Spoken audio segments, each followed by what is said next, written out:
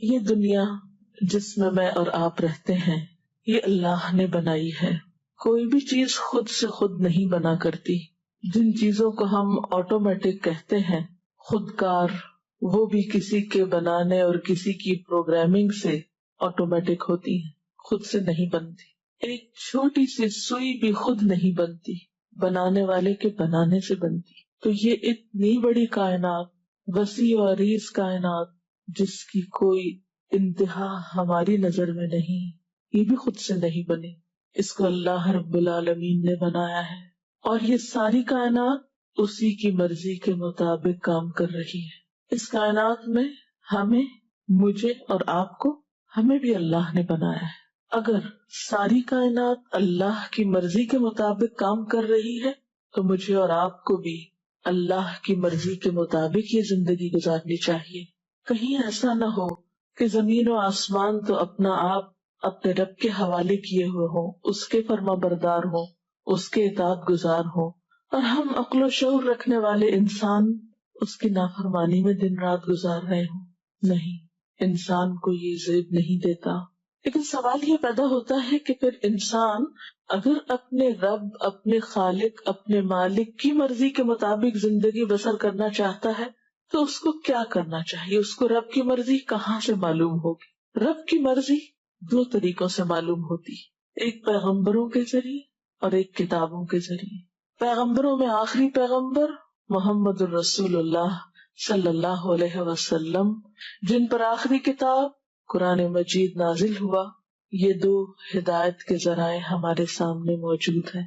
الحمدللہ ہم ان خوش قسمت انسانوں میں سے ہیں جن کے پاس ہدایت کے یہ دو سورسز بہت اوتھینٹک طریقے سے، قابل اعتماد ذریعے سے پورے کے پورے درست طریقے پر پہنچے ہیں. ہمارے پاس وہ کتاب ہے جس کے کھلتے ہی یہ دعویٰ کیا جاتا ہے کہ ذالک الکتاب لا ریب فیہ، یہ وہ کتاب ہے جس میں کوئی شک نہیں. اور دوسری طرف محمد الرسول اللہ صلی اللہ علیہ وسلم، ان کے بارے میں یہی کتاب گواہی دیتی ہے، ما آتاکم الرسول فخذوہ وما نہاکم عنہ فانتہوا، جو تم کو رسول دیتے ہیں وہ لے لو، جس سے روکتے اس سے رک جاؤ. لقد کان لکم فی رسول اللہ اسوۃ حسنہ، تمہارے لیے اللہ کے رسول صلی اللہ علیہ وسلم کی زندگی میں خوبصورت نمونہ ہے، بہترین نمونہ ہے. اگر ہم واقعی صراط مستقیم چاہتے ہیں، اللہ کی رضا چاہتے ہیں، اس کی اطاعت کرنا چاہتے ہیں، تو ممکن نہیں کہ پھر ان کے بغیر کر سکے. اور خصوصاً قرآن، گر تو خواہی مسلمان زیستن نیست ممکن جز قرآن زیستن. اگر چاہتے ہو کہ مسلمان بن کے جیو تو ممکن ہی نہیں کہ قرآن کے بغیر مسلمان بننے کا کوئی تصور ہو.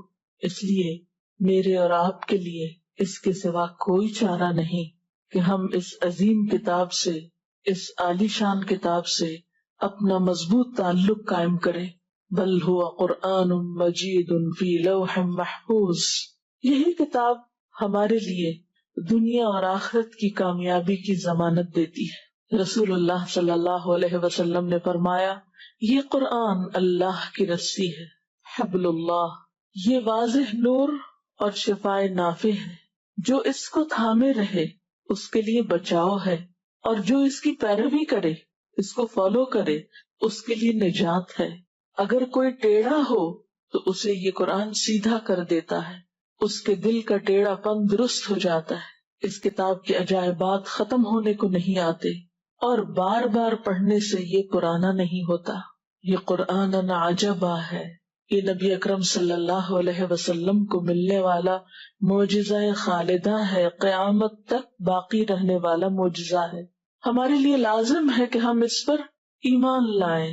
وَإِنَّهُ لَتَنزِيلُ رَبِّ الْعَالَمِينَ نَزَلَ بِهِ الرُّوحُ الْأَمِينُ عَلَى قَلْبِكَ لِتَكُونَ مِنَ الْمُنذِرِينَ بِلِسَانٍ عَرَبِيٍّ مُبِينٍ. اور یہ قرآن تمام جہانوں کے پروردگار نے اتارا ہے، اس کو امانت دار فرشتہ لے کر آپ کے دل پر اترا ہے تاکہ آپ لوگوں کو خبردار کرتے رہیں. یہ قرآن واضح عربی زبان میں نازل ہوا ہے. اس کتاب میں ہمارا ہی ذکر ہے، یہ کتاب ہمارے لیے روشنی کا مینار ہے، اس کتاب میں ہمارے لیے شفا ہے، یا ایھا الناس قد جاءتکم موعظۃ من ربکم وشفاء لما فی الصدور، اے لوگو تمہارے پاس تمہارے رب کی طرف سے نصیحت آ چکی ہے اور شفا ان بیماریوں کے لیے جو سینے میں ہے، سارے دکھوں کا علاج، غم کا علاج، ڈپریشن کا علاج، سب بیماریوں کا مداوا، وہدن اور ہدایت، ورحمت للمؤمنین اور ایمان لانے والوں کے لیے باعث رحمت۔ قل بفضل اللہ وبرحمتہ فبذلک فلیفرحوا ھو خیر مما یجمعون، کہہ دیجئے کہ اللہ کے فضل اور اس کی رحمت پر چاہیے کہ خوش ہو جائیں، یہ کتاب ہر اس چیز سے بہتر ہے جسے لوگ سمیٹ رہے ہیں، جسے لوگ جمع کر رہے ہیں۔ اس لیے اس کتاب کے ساتھ تعلق دنیا اور آخرت میں انسان کے لیے سکھ ہی سکھ اور امن ہی امن کا باعث ہے۔ تو پہلی چیز یہ کہ اس پر ایمان لایا جائے، دوسری بات یہ کہ پھر اس کے ساتھ ایک مضبوط تعلق قائم کیا جائے، اور وہ کیسے؟ سب سے پہلے تو اس کو پڑھ کے، اس کی تلاوت کے ذریعے، جس طرح انسان کے جسم کو غذا چاہیے ہوتی ہے، جس طرح انسان جسمانی طور پر بھوکا ہوتا ہے، اسی طرح انسان کی روح بھی بھوکی پیاسی ہوتی ہے، اور اس کی بھوک کھانے پینے سے نہیں اترتی، اس کی بھوک، اس کی طلب قرآن سے پوری ہوتی ہے۔ قرآن روح کی غذا ہے، اور جب انسان اس کی تلاوت کرتا ہے تو روح سیراب ہوتی ہے۔ آپ صلی اللہ علیہ وسلم نے حضرت ابو ذر سے کہا تھا کہ اے ابو ذر، قرآن پڑھو اور اللہ کو یاد کرتے رہو، کیونکہ اس سے تم آسمان میں یاد کیے جاؤ گے اور زمین میں وہ تمہارے لیے روشنی ہوگی۔ گویا اس کا پڑھنا روشنی کا باعث ہے، رہنمائی کا باعث ہے، پڑھنے کے لیے ضروری ہے، اور اس سے صحیح فائدہ اٹھانے کے لیے اس کے پڑھنے کا حق ادا کیا جائے۔ الذین آتیناہم الکتاب یتلونہ حق تلاوتہ اولئک یؤمنون بہ، وہ لوگ جن کو ہم نے کتاب دی وہ اس کو اس طرح پڑھتے ہیں جیسے پڑھنے کا حق ہے، یہی لوگ اس پر ایمان لاتے ہیں۔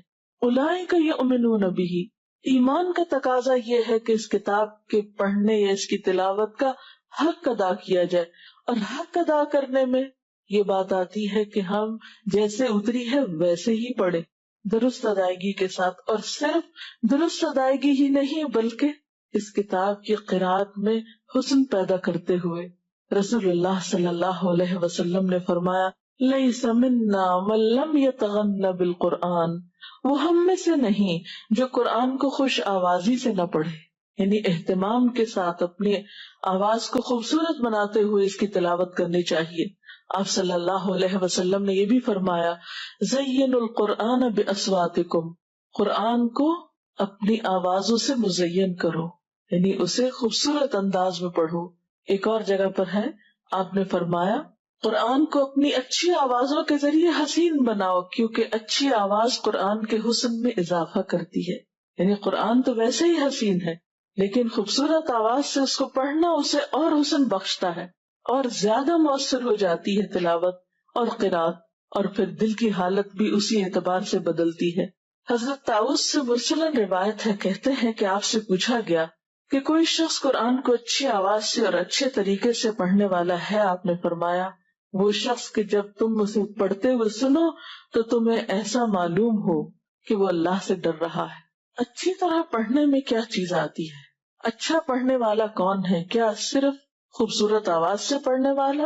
نہیں، اس کی پہچان یہ بتائی گئی کہ جب وہ پڑھ رہا ہو تو تمہیں محسوس ہو کہ وہ اللہ سے ڈر رہا ہے، کیونکہ محض گائیکی کے انداز میں پڑھنا ہی کافی نہیں، بلکہ اس کو دل لگا کر پڑھنا اور اپنی روح کو اس میں شامل کر کے پڑھنا، وہ اسے خوبصورتی دیتا ہے۔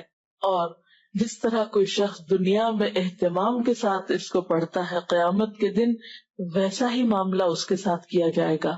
حدیث پاک میں آتا ہے، نبی صلی اللہ علیہ وسلم نے فرمایا جو شخص دنیا میں قرآن سے شغف رکھتا تھا، قیامت کے دن اس سے کہا جائے گا قرآن پڑھتا جا اور بلندی کی طرف چڑھتا جا، اسی رفتار سے ٹہر ٹہر کے پڑھ جس طرح تو دنیا میں ٹہر ٹہر کے پڑھتا تھا، تیری منزل وہ آخری آیت ہوگی جہاں تک تو پڑھتا جائے گا، یعنی اتنے ہی درجے تیرے بلند ہوتے چلے جائیں گے۔ آپ صلی اللہ علیہ وسلم نے یہ بھی فرمایا، قرآن کا ماہر قرآن کے لکھنے والے معزز اور پاکیزہ فرشتوں کے ساتھ ہوگا، یعنی VIP میں شمار ہوگا، خاص اہتمام سے رکھا جائے گا۔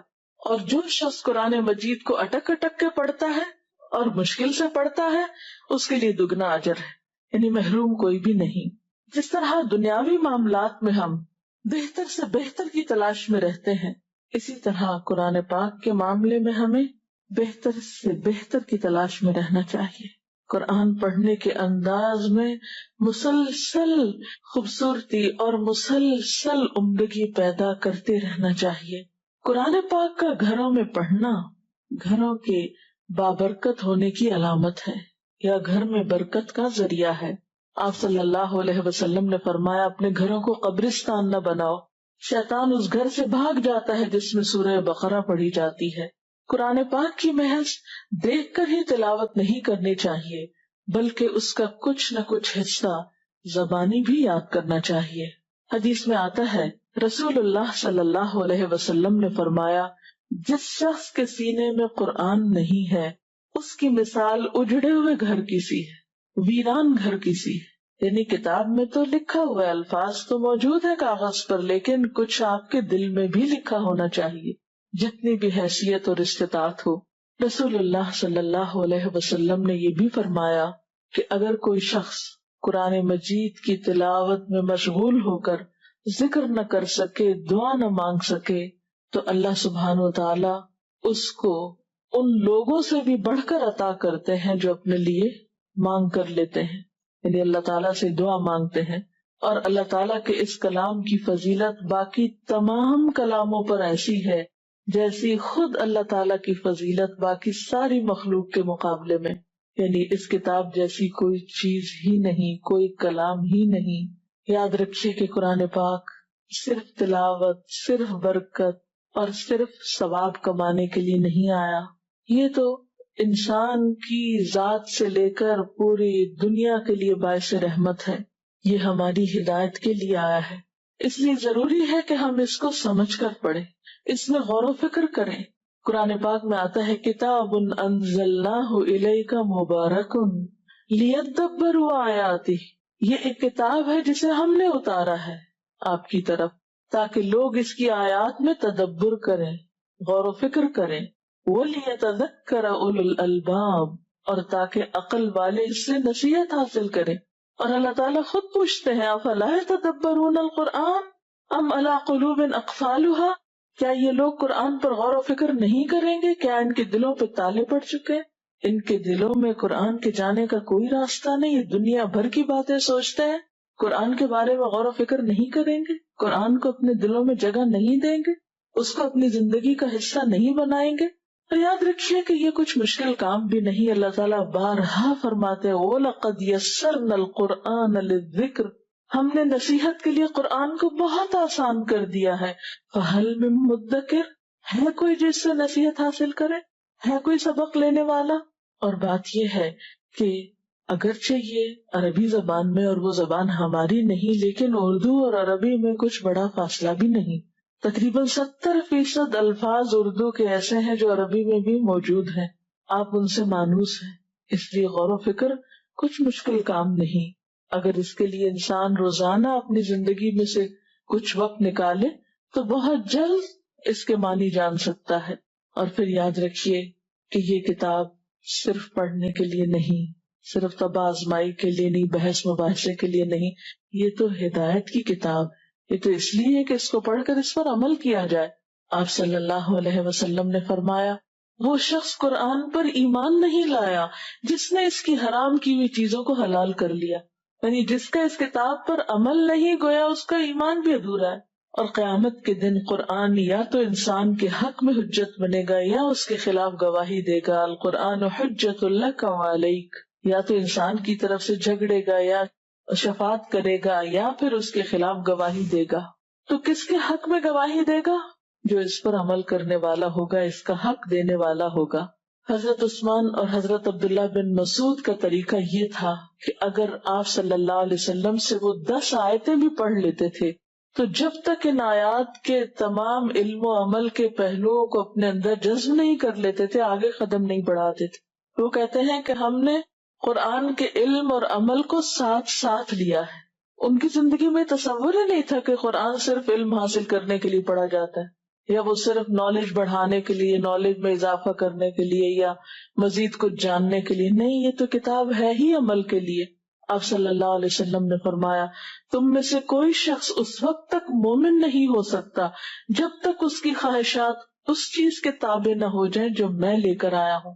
اور پھر امت مسلمہ کے فرد ہونے کی حیثیت سے ہماری ذمہ داری ہے کہ جہاں ہم اس سے خود فائدہ اٹھائیں، وہاں یہ کتاب یا ایھا الناس کہہ کے پوری انسانیت کو مخاطب کرتی ہے۔ اس خوبصورت کتاب سے دوسروں کو بھی متعارف کرائیں۔ ھذا بلاغ للناس ولینذروا بہ، یہ تو سب انسانوں کے لیے پیغام ہے، یہ صرف مسلمانوں کی کتاب نہیں، یہ تو پوری انسانیت کے لیے، اور تاکہ وہ سب اس کے ذریعے خبردار کیے جائیں۔ اور اسی لیے آپ صلی اللہ علیہ وسلم کو خصوصی تاکید کی گئی، وَأُوحِيَ إِلَيَّ هَذَا الْقُرْآنُ لِأُنذِرَكُم بِهِ وَمَن بَلَغَ، میری طرف وحی کی گئی ہے کہ میں اس قرآن کے ذریعے تم کو بھی خبردار کروں اور جس جس کو یہ پہنچے۔ گویا یہ کتاب ساری انسانیت کی ہدایت کے لیے ہے، اور اس کے لیے کیا ضروری ہے پھر کہ ہم اس کو سیکھنے یا سکھانے والے بن جائیں۔ آپ صلی اللہ علیہ وسلم نے بشارت دی ہے، خیرکم من تعلم القرآن وعلمہ، تم میں بہترین ہیں وہ لوگ جو قرآن سیکھیں اور سکھائیں۔ قرآن ہمیں پکارتا ہے، اب بات ہمارے ذمہ ہے کہ ہم اس کی پکار پہ لبیک کہتے ہیں یا اس سے منہ موڑ لیتے ہیں۔ اور یاد رکھیے، جو اس سے منہ موڑے گا اس کے بارے میں بھی قرآن پاک میں آتا ہے، وَقَدْ آتَيْنَاكَ مِن لَّدُنَّا ذِكْرًا مَنْ أَعْرَضَ عَنْهُ فَإِنَّهُ يَحْمِلُ يَوْمَ الْقِيَامَةِ وِزْرًا خَالِدِينَ فِيهِ وَسَاءَ لَهُمْ يَوْمَ الْقِيَامَةِ حِمْلًا۔ ہم نے خاص اپنے ہاں سے تم کو ایک ذکر عطا کیا، جو کوئی اس سے منہ موڑے گا وہ قیامت کے روز سخت گناہ کا بوجھ اٹھائے گا، اور ایسے سب لوگ ہمیشہ اس کے وبال میں گرفتار رہیں گے، اور قیامت کے دن ان کے لیے بڑا تکلیف دہ بوجھ ہوگا۔ ایک اور جگہ پر فرمایا، من اعرض عن ذکری فإن له معیشة ضنکا ونحشره یوم القیامة اعما قال رب لم حشرتنی اعما وقد كنت بصیرا قال كذلك اتتك آیاتنا فنسیتها وكذلك اليوم تنسى۔ جو میرے ذکر سے منہ موڑے گا، اور ذکر سے مراد یہاں اللہ کی کتاب ہے، میں اس کے لیے دنیا کی زندگی تنگ کر دوں گا، اور قیامت کے دن ہم اس کو اندھا اٹھائیں گے۔ وہ پوچھے گا، اے میرے رب، مجھے اندھا کیوں اٹھایا گیا؟ میں تو دیکھنے والا تھا۔ اللہ تعالیٰ فرمائے گا، ہاں اسی طرح ہماری آیات تیرے پاس آئی تھیں مگر تو نے انہیں بھلا دیا، لہذا اسی طرح آج تم بھلائے جا رہے ہو۔ جو شخص اس کتاب کو جتنی اہمیت دے گا، اس سے جتنی محبت کرے گا، اس کی جتنی قدردانی کرے گا، اس کے ساتھ جتنا وقت گزارے گا، اس سے کہیں زیادہ بڑھ کر اللہ تعالیٰ کی رحمت، نوازش اور عنایات کا مستحق ہوگا۔ اللہ تعالیٰ سے دعا ہے کہ وہ ہمیں اس کی قدر کرنا سکھائے۔ حقیقت یہ ہے کہ عزت اس کتاب کے ساتھ ہے ہم سب کی، کیونکہ یہ قرآن مجید ہے، عزت والی کتاب، عزت والا قرآن۔ ہم سب کے لیے لازم ہے کہ ہم اس کی عزت کریں اور اس کو اہمیت دیں اور اسے اپنی زندگی میں شامل کریں اور اس کے ساتھ ایک مضبوط تعلق رکھیں۔ اللہ تعالی ہم سب کو اس کی توفیق عطا فرمائے۔ اس سلسلے میں اگر کوئی سوال ہے آپ کے ذہن میں تو آپ کر سکتے ہیں۔ کیا قرآن سننے کا بھی اتنا ہی ثواب ہے جتنا قرآن پڑھنے کا ہے؟ جی ہاں، قرآن پاک سننا بھی بہت اعلیٰ درجے کی نیکی ہے، کیونکہ قرآن پاک میں قرآن پاک کو سننے کے بارے میں بہت تاکید ملتی ہے، اور قیامت کے دن دوزخ میں جانے والے لوگ حسرت سے کہیں گے، لو کننا نسمع او نعقل ما کننا فی اصحاب السعیر، کاش ہم سنتے یا سمجھتے تو آج ہم دوزخ میں جانے والوں میں نہ ہوتے۔ تو سننا بھی بہت ضروری ہے اور بہت باعث اجر ہے۔ قرآن حکیم اللہ رب العزت کی کتاب ہے، اس کا کلام ہے، یہ کوئی معمولی کلام نہیں ہے، یہ کلام اس ہستی کا ہے جس نے یہ کائنات بنائی، جو خالق ہے، جو مالک ہے، جو ہم سب کا رازق ہے، جس نے ہم سب کو ہدایت دی۔ یہ کلام دنیا کے ہر کلام سے عظیم تر ہے، اور اس کا اندازہ آپ کو اس سے بھی ہو سکتا ہے کہ اس کلام کے ساتھ ہر طرح کی عظمتیں وابستہ ہیں۔ جو فرشتے یعنی جبریل امین اس کو لے کر آئے وہ ملائکہ کے سردار ہیں۔ جس امت پر یہ کتاب نازل ہوئی اسے خیر امت قرار دیا گیا۔ جس رات میں یہ کتاب اتری لیلۃ القدر کی رات، اسے 1000 مہینوں سے بہتر رات قرار دیا گیا۔ جس شہر میں یہ کتاب نازل ہوئی مکہ، اسے ام القری بستیوں کی ماں کہا گیا۔ اور جس مہینے میں یہ کتاب نازل ہوئی رمضان المبارک کا مہینہ، وہ تمام مہینوں سے افضل قرار پایا۔ لہذا قرآن پاک اور رمضان کا ایک خاص تعلق ہے۔ اللہ رب العزت فرماتے ہیں شہر رمضان الذی انزل فیہ القرآن، رمضان وہ مہینہ ہے جس میں قرآن نازل کیا گیا، ھدی للناس جو لوگوں کی ہدایت کے لیے ہے، وبینات من الہدی والفرقان اور اس کتاب میں ہدایت اور فرقان کی روشن نشانیاں ہیں، یعنی ایسی تعلیمات پر مشتمل ہے کہ جو راہ راست دکھانے والی اور حق و باطل کا فرق کھول کر رکھ دینے والی ہیں۔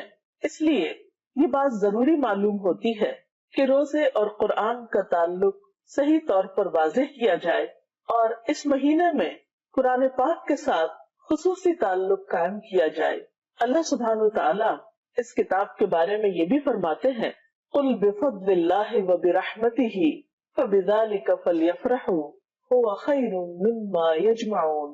آپ کہہ دیجئے کہ یہ اللہ کا فضل اور اس کی مہربانی ہے کہ یہ چیز اس نے بھیجی، اس پر تو لوگوں کو خوشی منانی چاہیے، یہ ان سب چیزوں سے بہتر ہے جنہیں لوگ سمیٹ رہے ہیں۔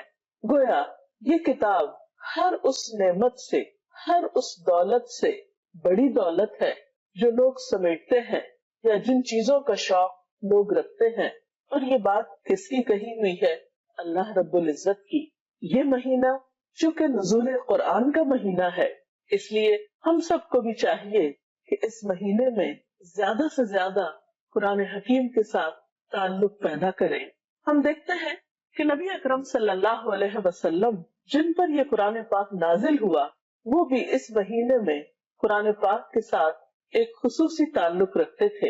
ابن عباس کا بیان ہے کہ رسول اللہ صلی اللہ علیہ وسلم سب سے زیادہ سخی تھے، اور رمضان میں جب آپ کو حضرت جبریل علیہ السلام آ کر ملتے تو آپ بہت زیادہ سخاوت کرنے والے تھے، اور جبریل علیہ السلام رمضان کی ہر رات میں آپ سے ملتے تھے اور آپ سے قرآن کا دور کرتے تھے۔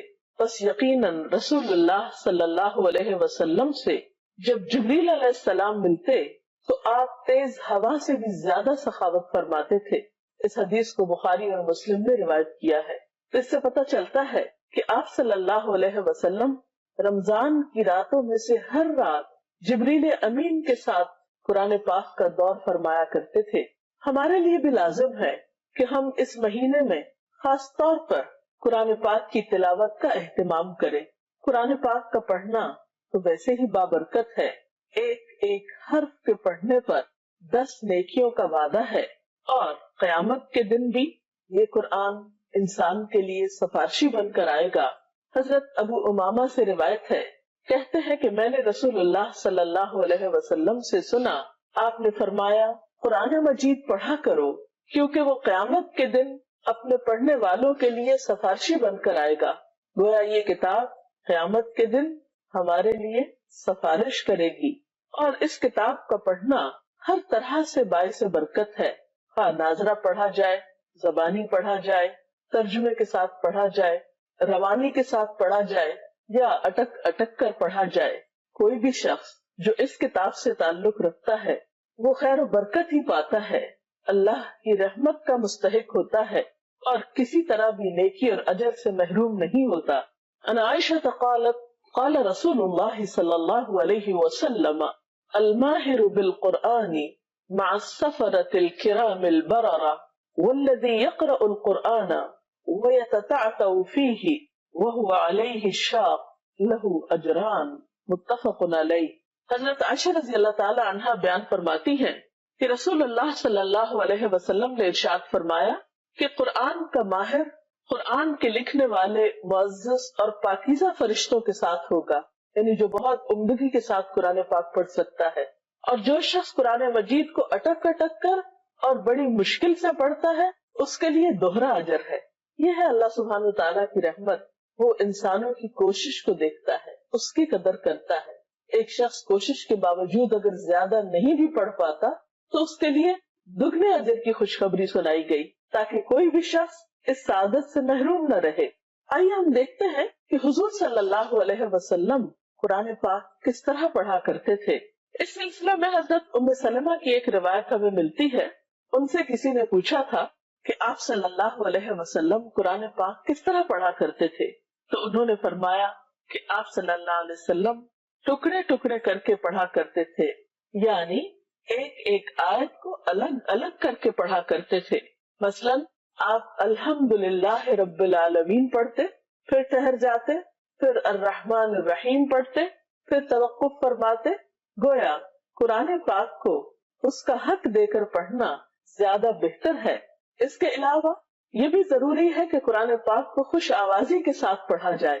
اللہ تعالیٰ نے ہر انسان کے اندر اچھی آواز کے ساتھ پڑھنے کا ایک شوق رکھا ہے۔ ہم مختلف چیزیں اچھی آوازوں کے ساتھ پڑھتے رہتے ہیں، عموماً شعر و شاعری میں ہم اپنی اچھی آوازیں استعمال کرتے ہیں، لیکن اللہ کا کلام اس کا زیادہ مستحق ہے کہ اس کے لیے انسان اپنی بہترین آواز کا استعمال کرے اور اس کے لیے کوشش بھی کرے۔ ایک حدیث میں آتا ہے کہ زینوا القرآن باصواتکم، قرآن پاک کو اپنی آوازوں کے ساتھ مزین کرو، خوبصورت بناؤ، یعنی اس کے لیے شعوری کوشش بھی کی جائے۔ ایک اور روایت میں آتا ہے نبی صلی اللہ علیہ وسلم نے فرمایا، اے اہل قرآن، قرآن کو تکیہ مت بنا لو بلکہ اس کی تلاوت کرو، جس طرح کہ اس کی تلاوت کرنے کا حق ہے۔ رات اور دن کے اوقات میں اسے اعلانیہ پڑھو، یعنی بلند آواز سے پڑھو، خوش آوازی کے ساتھ پڑھو، اور جو کچھ مضامین ہے اس میں ان پر غور کرو، امید ہے تمہیں فلاح نصیب ہوگی۔ اور اس کا ثواب جلدی حاصل کرنے کی کوشش نہ کرو، یعنی پڑھنے کے بعد فوراً یہ توقع نہ رکھو کہ جس مقصد کے لیے پڑھا گیا ہے وہ جلد ہی پورا ہو جائے، اور اگر وہ پورا نہیں ہوا تو پڑھنا ہی چھوڑ دیا جائے۔ نہیں، کیوں؟ اس لیے کہ اس کا ثواب لازمن ہے، تو گویا اسے اجر آخرت کی نیت سے پڑھنا چاہیے۔ پھر اسی طرح یہ ہے کہ ناظرہ پڑھنے کے علاوہ رات کو نفل نماز میں یا تراویح میں بھی خاص طور پر اس کو پڑھنا یا سننا چاہیے۔ اگر انسان خود زیادہ قرآن پاک نہ جانتا ہو یا اس کو حفظ نہ ہو تو ایسی صورت میں وہ کسی حافظ کے پیچھے کسی مسجد میں خصوصاً رمضان میں لمبی نماز پڑھنے کے لیے نماز تراویح میں شریک ہو سکتا ہے، اور ایسا کرنا بہت اجر و ثواب کا باعث ہے۔ حضرت عبداللہ بن عمر رضی اللہ تعالیٰ عنہ سے روایت ہے کہ نبی صلی اللہ علیہ وسلم نے فرمایا، روزہ اور قرآن قیامت کے دن بندے کے لیے سفارش کریں گے۔ روزہ کہے گا، اے میرے رب، میں نے اس بندے کو کھانے پینے اور اپنی خواہشات سے روکے رکھا، لہٰذا اس کے بارے میں میری سفارش قبول کی جائے۔ قرآن کہے گا، اے میرے رب، میں نے اس بندے کو رات سونے سے روکے رکھا، لہٰذا اس کے بارے میں میری سفارش قبول فرما، چنانچہ دونوں کی سفارش قبول کی جائے گی۔ تو اس سے پتہ چلتا ہے کہ جہاں ایک طرف دن کو روزہ رکھنے کا اہتمام کیا جائے، وہاں دوسری طرف رات کو اسے نماز میں پڑھنے کا یا سننے کا بھی اہتمام کیا جائے، کیونکہ یہ دونوں چیزیں انسان کی آخرت کے لیے نہایت مفید ہیں۔ اور اگر کوئی شخص حافظ قرآن ہے اور اس کو اچھی طرح پڑھتا ہے تو اس کے لیے بھی بہت خوشخبری ہے۔ نبی صلی اللہ علیہ وسلم نے فرمایا، جو شخص دنیا میں قرآن سے شغف رکھتا تھا، قیامت کے دن اس سے کہا جائے گا کہ قرآن پڑھتا جا اور بلندی کی طرف چڑھتا جا، اور اسی رفتار سے ٹھہر ٹھہر کر پڑھ جس طرح دنیا میں ٹھہر ٹھہر کر پڑھتا تھا۔ تیری منزل وہ آخری آیت ہوگی جہاں تک تو پڑھتا جائے گا۔ ظاہر ہے کہ یہ سعادت وہاں پر اسی کو نصیب ہوگی جو زبانی قرآن پاک پڑھ سکتا ہو اور پھر اس کا حق بھی ادا کرتا ہو۔ اگر آپ زیادہ یاد نہیں بھی کر سکتے، مکمل طور پر یا پورا قرآن حفظ نہیں کر سکتے، تو بھی آپ کوشش نہ چھوڑیے، جتنا حصہ بھی ممکن ہو یاد کیجیے، چھوٹی صورتوں کے علاوہ فضیلت والی لمبی صورتیں بھی اگر کوشش کی جائے تو یاد کی جا سکتی ہیں. مثلاً اگر رمضان المبارک میں آپ معمول بنا لیں کہ ہر روز صرف ایک آیت یاد کریں تو آپ دیکھیں گے کہ انشاءاللہ ایک مہینے کے بعد کم از کم آپ 30 نئی آیات اپنے سینے میں محفوظ کر چکے ہوں گے، اور ایسا کرنا کچھ بھی مشکل نہیں. اور اگر انسان کچھ بھی حصہ یاد نہیں کرتا تو اس کے بارے میں آپ صلی اللہ علیہ وسلم نے فرمایا کہ وہ شخص جس کے دل میں قرآن پاک کا کچھ حصہ بھی نہیں، وہ ایسا ہے جیسے اجڑا ہوا گھر ہو، ویران گھر ہو، گویا جس میں کوئی بستہ نہ ہو. قرآن پاک چونکہ نبی صلی اللہ علیہ وسلم کے قلب مبارک پر نازل ہوا، اس لیے جس چیز سے بھی ہم محبت کرتے ہیں اس کو اپنے دل میں جگہ دیتے ہیں. اگر واقعی ہمیں اللہ پاک سے محبت ہے اور اس کی کتاب سے محبت ہے تو لازم ہے کہ اس کی کتاب کو اپنے دل میں جگہ دی جائے اور اس کا کچھ نہ کچھ حصہ زبانی بھی ضرور یاد کیا جائے. ناظرہ پڑھنے کے علاوہ، قیام اللیل میں پڑھنے کے علاوہ، حفظ کرنے کے علاوہ اس میں غور و فکر کرنا بھی ضروری ہے. اللہ سبحانہ وتعالیٰ فرماتے ہیں کتاب انزلناہ مبارک، یہ ایک ایسی کتاب ہے جسے ہم نے اتارا ہے اور بہت بابرکت ہے. کس لیے اتارا ہے؟ لیدبروا آیاتہ، تاکہ لوگ اس کی آیات میں غور و فکر کریں. ولیتذکر اولو الالباب، اور تاکہ عقل مند لوگ اس سے نصیحت حاصل کریں. اور ویسے بھی یہ کتاب ہدایت کے لیے آئی ہے. قرآن پاک کے بالکل ابتدا میں سورۃ البقرہ میں اللہ تعالیٰ فرماتے ہیں ذالک الکتاب لا ریب فیہ، یہ کتاب اس میں کوئی شک نہیں. کیوں آئی ہے یہ کتاب؟ ھدی للمتقین، تقوی والوں کی ہدایت کے لیے. اور روزے کا مقصد بھی تقوی کا حصول ہے، تقوی حاصل کرنا ہے. اور جب تقوی حاصل ہوتا ہے روزے کے ساتھ تو قرآن پاک بھی زیادہ بہتر طور پر سمجھ آتا ہے. اس لیے اس مہینے میں خاص طور پر غور و فکر کرنے کی اس میں ضرورت ہے، کیونکہ اس آیت میں بھی یہ فرمایا گیا جو رمضان المبارک میں قرآن پاک کے نزول سے متعلق ہے کہ یہ کتاب ھدی للناس، انسانوں کی ہدایت کے لیے ہے. اور پھر دوبارہ فرمایا وبینات من الھدی والفرقان، اس کتاب میں ہدایت اور فرقان کی واضح نشانیاں موجود ہیں. جو شخص اس کتاب کے ساتھ جس نیت اور جس غرض سے تعلق قائم کرے گا وہ اس کو حاصل ہوگی. لہذا اگر کوئی شخص اس سے ہدایت حاصل کرنا چاہتا ہے، نصیحت حاصل کرنا چاہتا ہے، تو یہ کتاب اس کی یہ غرض بھی پوری کرتی ہے. اور ویسے بھی یہ کتاب تو ہے ہی ہدایت کے لیے. اور اس کے لیے ہم دیکھتے ہیں کہ جو شخص لوگوں کو اس کی تعلیم دے، اس کو سکھائے. حضرت عثمان رضی اللہ تعالیٰ عنہ سے روایت ہے قال رسول اللہ صلی اللہ علیہ وسلم، آپ صلی اللہ علیہ وسلم نے فرمایا خیرکم من تعلم القرآن وعلمہ، تم میں بہترین ہے وہ لوگ جو قرآن کی تعلیم حاصل کریں اور دوسروں کو اس کی تعلیم دیں، خود سیکھیں اور دوسروں کو سکھائیں. تو گویا اللہ تعالیٰ کی نظر میں یہ ایک بہترین عمل ہے، اللہ تعالیٰ کے قرب حاصل کرنے کا ذریعہ ہے کہ انسان اللہ کی کتاب کی خدمت کرے، اسے سیکھے اور سکھائے. آپ صلی اللہ علیہ وسلم نے یہ بھی فرمایا کہ حسد جائز نہیں مگر دو لوگوں پر، ایک وہ شخص جسے اللہ تعالیٰ نے قرآن کا علم دیا ہو اور وہ شب و روز اس کو لیے کھڑا ہو، یعنی اس کو نماز میں بھی پڑھے اور اسے سکھانے کے لیے بھی کھڑا ہو. اور دوسرا وہ شخص جسے اللہ نے مال دیا ہو اور وہ اسے شب و روز اللہ کی راہ میں خرچ کر رہا ہو. لہذا ہم سب کے لیے ضروری ہے کہ ہم اس مہینے میں خاص طور پر اس کتاب کے ساتھ تعلق قائم کریں، اور انشاءاللہ ایک دفعہ جب اس کے ساتھ تعلق قائم ہوگا تو آئندہ بھی سال بھر کسی نہ کسی طرح تعلق قائم رہے گا. رمضان ایک ایسا موقع ہے کہ جس میں ہم آسانی کے ساتھ اللہ تعالیٰ کی کتاب کے ساتھ اپنا تعلق قائم کر سکتے ہیں. پوری ایک فضا ہمارے لیے تیار ہو جاتی ہے جس میں یہ کام آسان ہو جاتے ہیں. اور ویسے بھی جس کے ساتھ ایک تعلق ہو اس کے ساتھ کمیونیکیشن تو ضروری ہے. اللہ تعالیٰ کے ساتھ بہترین تعلق اسی وقت قائم ہو سکتا ہے جب ہم اس کے کلام کو سمجھنے والے ہوں، سننے والے ہوں، اس کو اپنی زندگی میں جاری و ساری کرنے والے ہوں. کیونکہ کمیونیکیشن کے بغیر تو کوئی تعلق نہیں ہوا کرتا.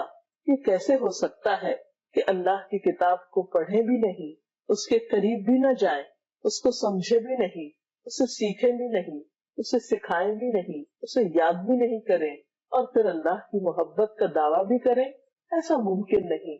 لہذا دعا ہے کہ اللہ تعالیٰ ہمیں اس کا حق ادا کرنے کی توفیق عطا فرمائے۔ اس سلسلے میں اگر آپ کے پاس کچھ سوالات ہو تو آپ کر سکتے ہیں۔ میرا سوال ہے کہ کیا روزانہ سے تلاوت کر لینا معنی کے بغیر کافی ہے قرآن پاک کی؟ بات یہ ہے کہ قرآن پاک کو جتنا بھی پڑھا جائے گا ثواب تو بہرحال ہوگا، لیکن جیسا کہ ابھی ذکر ہوا کہ یہ کتاب صرف ثواب حاصل کرنے کا ذریعہ نہیں، یہ تو انسانیت کی رہنمائی کے لیے آئی تھی، راہ دکھانے کے لیے آئی تھی، یہ تو کتاب ہدایت ہے۔ ذالک الکتاب لا ریب فیہ ھدی للمتقین۔ تو ہدایت اس کتاب سے اسی وقت حاصل ہو سکتی ہے جب اس کو سمجھ کر پڑھا جائے یا اس کے اندر غور و فکر کیا جائے۔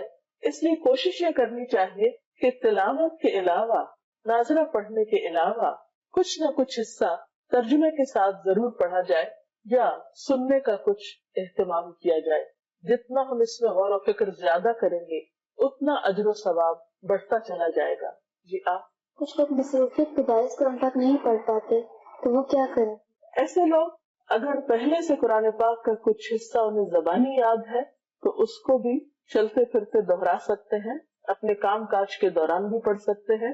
یا پھر یہ ہے کہ اگر وہ پڑھنے کے قابل نہیں، مثلا بہت بوڑھے بزرگ ہیں، نگاہ بہت کمزور ہے، زیادہ بیٹھ نہیں سکتے، زیادہ دیر پڑھ نہیں سکتے، تھک جاتے ہیں جلدی، تو ایسی صورت میں الحمدللہ آج کل ہر جگہ پر کیسٹ پلیئرز موجود ہیں اور مختلف قراء کی خوبصورت آوازوں میں قرآن پاک کی تلاوت کی کیسٹس بھی دستیاب ہیں۔ تو ایسی صورت میں وہ لوگ کیسٹ کے ذریعے بھی سن سکتے ہیں اور سننے کا بھی اجر و ثواب ہے۔ ہر شخص اپنی اپنی سہولت کے مطابق کچھ نہ کچھ وقت ضرور اس کے لیے نکال سکتا ہے۔ مثلا رات کو سونے سے پہلے، کیونکہ سونا تو ہر شخص کو ہوتا ہے، اگر اس وقت بھی آپ بہت تھکے ہوئے ہیں اور نہیں پڑھ سکتے تو آپ کھانے کے دوران بھی کیسٹ پلیئر آن کر کے آپ ساتھ ساتھ سن بھی سکتے ہیں اور کھانا بھی کھا سکتے ہیں، کیونکہ یا سحری کے وقت آپ بیٹھیں گے یا افطار کے وقت۔ لیکن یہ کوشش ضرور رہے اور شعوری کوشش رہے کہ کسی نہ کسی طرح اللہ کی کتاب کے ساتھ کچھ تعلق ضرور قائم کرنا ہے، اور آپ دیکھیں گے کہ جتنا آپ کا اس کتاب کے ساتھ تعلق ہوگا اتنا ہی آپ کے دل کو سکون ہوگا، آپ پرسکون ہوں گے تو آپ کے کام زیادہ بہتر طریقے سے ہو سکیں گے۔ آپ سفر کے دوران مثلا اگر آپ خود ڈرائیو کر رہے ہیں یا کسی گاڑی میں بیٹھے ہوئے ہیں یا آپ پیدل چل رہے ہیں تو واک مین کے ذریعے یا کسی بھی طریقے سے آپ اس کو پڑھ سکتے ہیں، یا اپنے کام کاج کے وقفوں کے دوران، مثال کے طور پر اگر آپ قرآن پاک کا ایک چھوٹا نسخہ اپنے پاس محفوظ رکھتے ہیں اور جو آپ کو وقت ملتا ہے تو ان بٹوین آپ تھوڑا سا کھول کر کچھ نہ کچھ پڑھ سکتے ہیں۔ ضروری نہیں کہ آپ پورا سپارہ پڑھیں یا آدھا سپارہ پڑھیں، آپ اگر چند آیات بھی تلاوت کریں تو اس سے بھی آپ بہت بہتر محسوس کریں گے۔ اس کو ایک ریمیڈی کے طور پر بھی آپ لیں۔ آج کے دور میں ہر شخص پریشان ہے، دکھی ہے، قرآن پاک باعث رحمت ہے، شفاء لما فی الصدور ہے، سینے کی بیماریوں کا علاج ہے، دل کے اندر اٹھنے والے غم اور دکھوں اور پریشانیوں کے لیے ایک مرہم کی حیثیت رکھتا ہے۔ اس لیے کچھ نہ کچھ حصہ ہر صورت میں پڑھنے کی کوشش کریں۔ ہمارے یہاں مساجد میں رمضان کی آخری 3 راتوں میں اسپیشل پروگرام منعقد کیا جاتا ہے جسے محفل شبیلہ کہتے ہیں، تو کیا ایسی محفلیں منعقد کرنا درست ہے؟